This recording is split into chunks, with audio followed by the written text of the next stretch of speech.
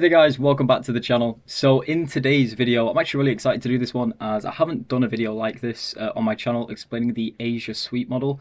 This is one of my most profitable models, has a 76% win rate, and I'm really excited to break it down for you. Now in terms of the actual video, I'm going to try keep this as least edited as possible, as I want you to see my kind of overall thought process coming into the market, exactly what I'm looking to see before I take a trade, and just so you can see how I react to certain things that happen. So without further ado, we're just going to get straight into it. And if you have any questions, feel free just to drop them in the comments and I'll get back to them in as much detail as I possibly can. So we take a look on the screen. We're going to start off with this indicator. So this is the Asia range by Nico948. This is a completely free indicator to use on TradingView, and you're more than welcome to kind of copy my settings that I have for this.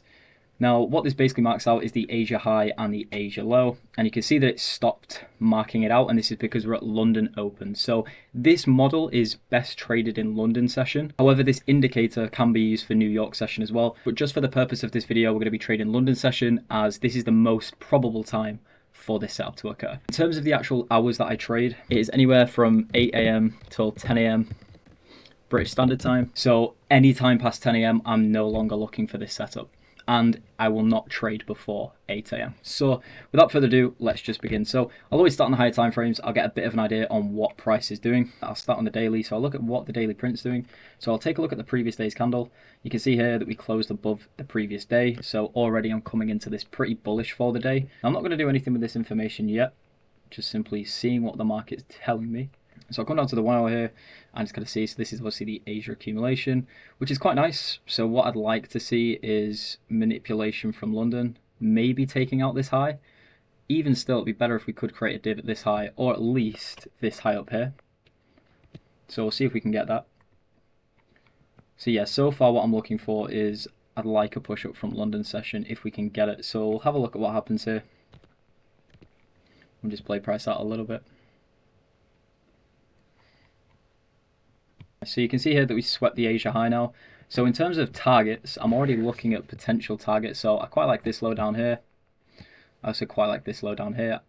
And the overall target is going to be the Asia low. However, if I do get into a trade, I'm not going to be holding to the Asia low because I don't aim for massive risk to reward. So this is just something to note.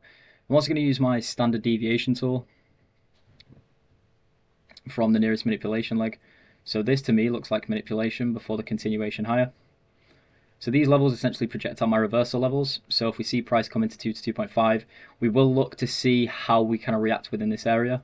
If not, I'd like to see price come up to the 4, and then we'll look for that continuation lower. But we'll just play price out. As of right now, I'm simply doing nothing. To our deviation 2 to 2.5, we're starting to kind of react at this level. So I'm just going to have a look on ES and see what we're doing here. I can also use the same manipulation leg that I use on NQ. So you can see they're currently in sync. ES has come up to the deviation 2 to 2.5 and is showing a nice reaction. However, there is no div currently. So if there's no div, I'm simply not going to take a trade here. So I'm probably not going to do anything just yet. Again, I want to see a more clear divergence, but it'll be interesting to see how we kind of react within this level. Okay, wow. So instantly we've come up to the deviation 4 and we've reacted off that. We do have a divergence between these levels now, which is nice.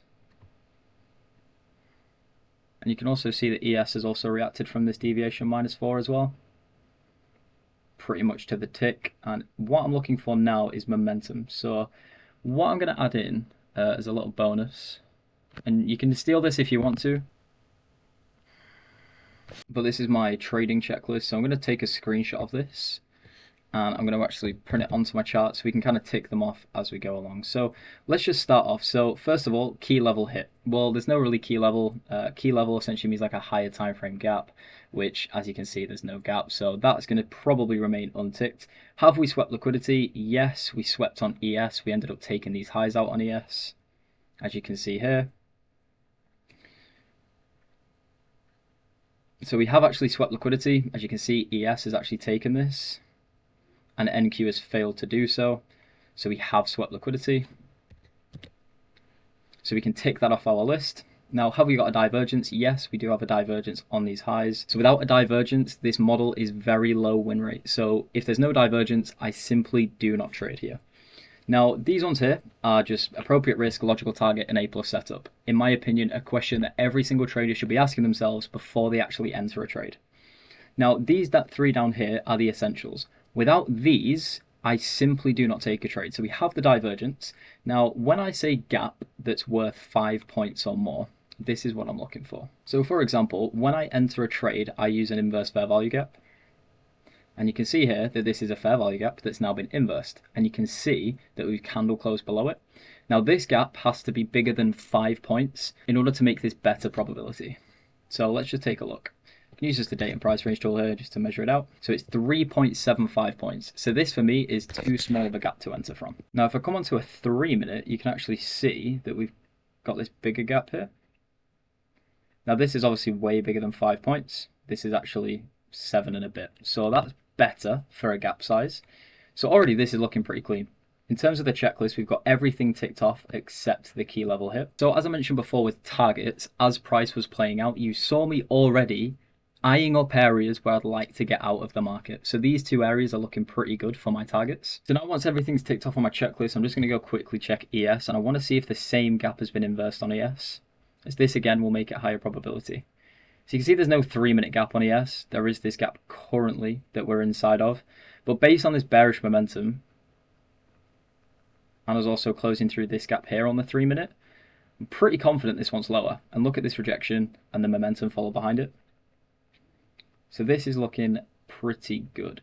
So in terms of entry, it's pretty simple. I'd enter here. Now I could wait for the return to entry actually, but based on this momentum, I imagine price is probably going to keep going lower. So it may not even tap me into this trade. So we'll enter on the candle closure. Stop loss placement has to invalidate my trade. So I could have it above the divergence and then target my original target, but you see how this isn't even scraping a risk reward of 2 yet. So I'm actually going to have a bit of a tight stop here. Now, if price comes up to this level, it's most likely going to take this high. So this still invalidates my trade. Now, in terms of break-even points, break-even is something that I do use. I'm going to look for other gaps that potentially may get in the way of this trade. I'll come on to a 3 minute. I actually do see this gap here. So that's probably where I'm going to set break-even or at least de-risk. So I'll move my stop loss. So we'll see how this goes. So I'm currently in this trade, and let's just play price out a little bit. Wow, okay. That is some crazy momentum. So my issue with setting break-even here is price may want to retrace to come fill some of this inefficiency here that we've left behind. So rather than going break even, I'm actually just going to reduce risk slightly to the edge of this gap. Because again, if price comes all the way up here, it's probably going to stop me out anyway. You know, it's not that much of a de-risk, you know, from here to here. But at the same time, this is how I manage my trade, so I'm happy to do that. So we have actually closed through that gap now, which is quite nice. So depending on the next closure, I may go break even here, or I'm just going to leave a little bit of breathing room on this trade. Okay, nice. So based on that rejection there, I'm probably just going to go break even here. If I get stopped at a break even, I get stopped at a break even, it's not that deep. Just for context, actually, just in case this does hit take profit, the original RR of this trade was just about a 3. So yeah, just under a 3. We do have this gap acting as support, so I think if we get a closure through here and we get a closure above something like this, it's probably going to go stop loss or break even. Is it going to hit my take profit? Okay, so just at this point here, again, momentum is looking really nice. Risk is completely off the table. So based on where we are now in price, reacting at the deviation 4, I can just have a look at ES and see how we are auto reacting. So you can see ES and NQ move very similarly. So currently ES is looking very weak, and so is NQ, so I am anticipating for this low to get taken. See if it takes it. Oh, by a tick. Surely not, it's going to hit my take profit, right? There we go, finally. So there you go. Pretty choppy trade, but then ended up coming to our second target down here as well. So if you did want to hold your original take profit, you could have aimed for, oh, if it wants to let me grab the tool. So yeah, you could have probably cut a 4R trade from this. But again, that's not realistic for me. I'd normally just go for a risk reward of 2. So already I'm out of this trade.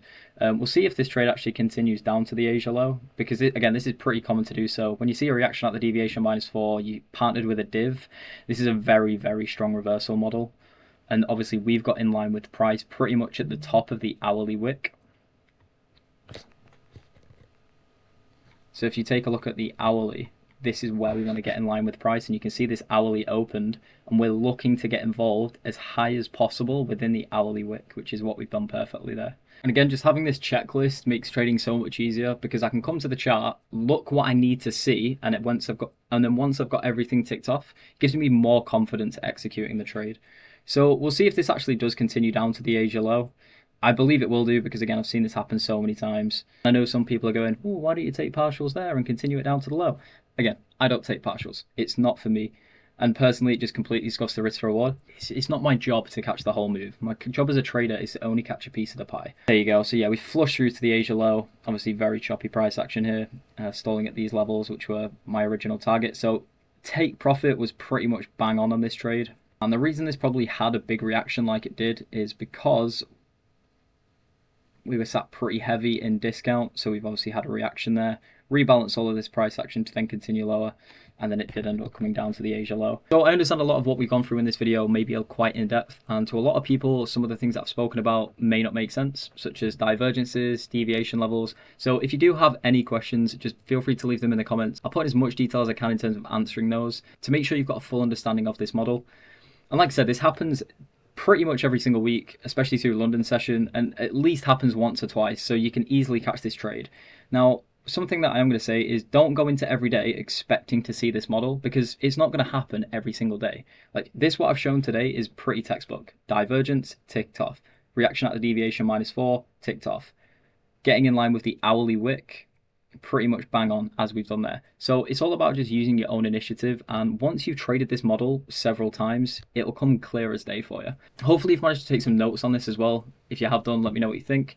But yeah, I think I'm just going to wrap it up there. This was a pretty in-depth chart video, and I feel like I haven't done one in a few weeks, so I'm actually really glad to be doing this again. So thank you so much for watching. If you found this video helpful, drop it a thumbs up, and I'll see you all next time. Take care.